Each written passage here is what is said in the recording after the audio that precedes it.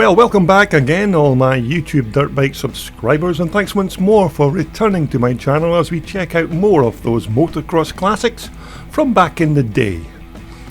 Now in this next video we're going to continue with the series of Classic KX Kawasaki's and check out another few examples of those green Japanese off-roaders. So hope you'll enjoy this very brief look at Classic KX Kawasaki's Part 2.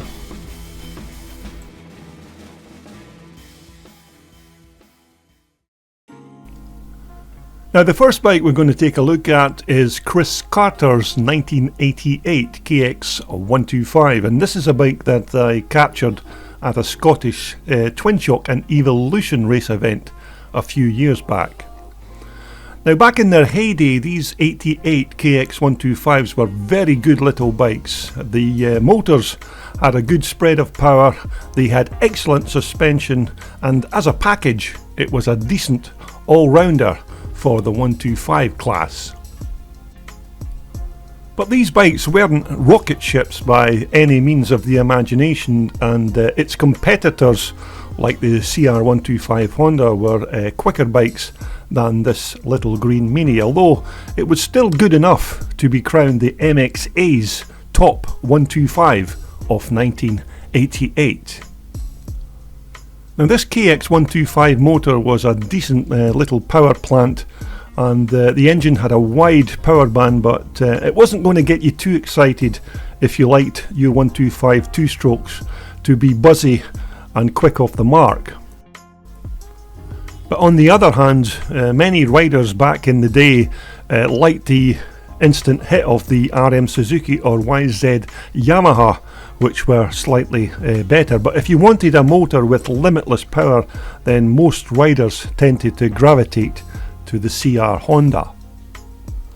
Now the little KX was a single cylinder two-stroke motor, and it was fed by a case reed valve along with Kawasaki's own KIPS power valve or Kawasaki's integrated power valve system, which at the time was the most advanced in its class and produced a very wide power band and punchy delivery.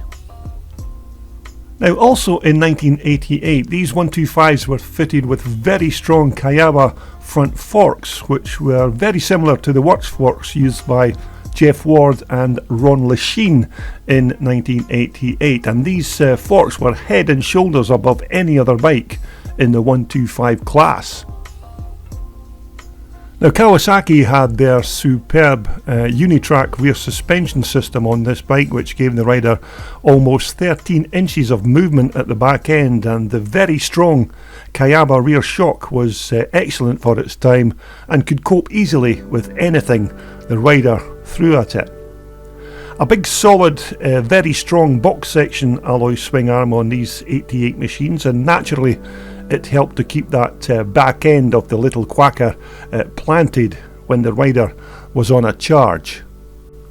Although overall these KX 125s were very good machines, they were not the quickest and certainly not the best looking of the big four bikes, but if you wanted a machine that didn't scare you and handled well, then you could do a lot worse than purchase one of these 88 KX 125s. Okay, next up we're going to have a very brief look at a 1990 KX 250, and this bike was also captured at a Scottish twin shock and evolution race meeting a few years back. Now in 1990 these 250s were seen as the trickiest machines in motocross at that time. Now for starters, the chassis used two large box section chrome moly tubes to house the motor rather than the traditional single frame backbone, and the design was actually taken from road racing machines. But these 1990 KXs were the first Kawasaki's to employ the lowboy exhaust system, which basically meant keeping all the higher parts of the bike as low as possible, like the fuel tank and exhaust, etc. But this 1990 KX250 motor was a very sweet engine indeed, and certainly one of Kawasaki's best motocross engines. Now maybe this KX250 wasn't the quickest to get you off the line and win you a Johnny Holeshot prize on the day, but when this motor hit the sweet spot, which was around the mid-range, it was an absolute flying machine and very fast and exciting to ride, although maybe it would have been a bit more difficult for your lesser skilled riders to handle. But with Kawasaki's Kipps power valve system fitted, this was a very powerful motor for a 250. Now 1990 again was when Kawasaki switched from the conventional sliders to these inverted front 41mm suspension systems. Now this model also had Kawasaki's well-proven Unitrack rear suspension system, and on this 1990 bike it would have been a Kayaba rear shock once again that would have been fitted at the factory, although riders did tend to remove these and retrofit a more expensive and better quality replacement in order to improve upon what was already a very good rear suspension system. Now our particular KX is, as you can see, not a fully original bike, but nevertheless a very decent rendition of what at the time was a game changer for Kawasaki when this KX was launched in 1990. But with this fantastic single cylinder two-stroke motor and that excellent handling twin spar steel frame, this was indeed a winner's bike to ride at that time. The 1990 KX was quite a tall bike and quite heavy at 230 pounds, but you can't deny it had the look, and many riders from 1990 actually bought it on that factor alone, as it was just radically different from the rest of the pack. Okay, our final green machine to feature in this part 2 video is this very nice and almost original 1980 A6 250 Kawasaki. Now this collection of pictures again were captured at a Scottish Twin Shock and Evolution race event at Pound Mill in Scotland a few years back. But these 1980 KX250s were again good bikes and a machine that you very seldom see at classic or vintage race events these days. Now for the 1980s, these KXs still had a steel chassis, a standard conventional front fork system, and very good rear suspension with Kawasaki's Unitrack monoshock suspension system. And of course this bike also had a stonking two-stroke motor. Now the front forks on these 1980 Kawasaki bikes were decent enough for their time, and as you can see, the bike also had drum brakes, which was of course the technology of its day.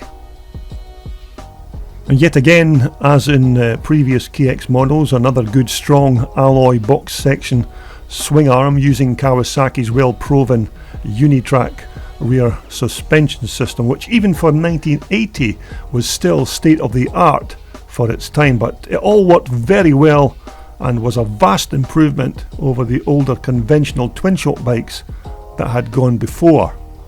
But yet again, a drum brake on the rear, although it looks like this particular Kawasaki has had replacement wheels fitted at one time. But the motor on these 8250s was excellent by all accounts, and it had decent low down and good mid-range power delivery, coupled with what was a reasonably light steel chassis, and overall the bike was a winning package. Now a Boyson reed valve induction motor that had a bore of 70mm and a stroke of about 64.5mm and was normally fueled by a VM38 Mikuni carburetor. Now the motor also had a 5-speed gearbox and a standard run-of-the-mill wet multi-plate clutch, which was usually enough in the gears and transmission department to put down the limited horsepower from what was still a good, reliable Kawasaki engine. Now, as I recall, the fuel tank held close to about 2.5 gallons of pre-mixed fuel, and by all accounts the seating position for the rider was just about spot on, as 80s motocrossers go. But mind you, this was still a very nice looking crosser for 1980, and Kawasaki surely did a good job when it came to the design and the eventual putting together of this very nice machine. But I have to say that these are still very rare items, and you virtually never see any of these old A6s taking part in vintage or classic race events in this modern day. Now, whether that's because they are so rare or because they just weren't that popular at the time, but for me personally, these 80 A6s were nice looking machines and certainly not the worst Kawasaki bikes by a long way. Although, mind you, if you're currently in the possession of an old A6 in near original condition, then my advice would be to hang on to it, because these will certainly be one of the collector's bikes in the foreseeable future. So there you have it, another 3 nice KXs to conclude this part 2 series of classic Kawasaki's. Now once again, thanks for joining, and stay safe on those old vintage motocrossers until we speak once more here on Classic Dirt Bike TV. This video was brought to you in association with VMX Magazine, your #1 publication for classic, vintage and off-road motorcycles. Just visit their online website for more information.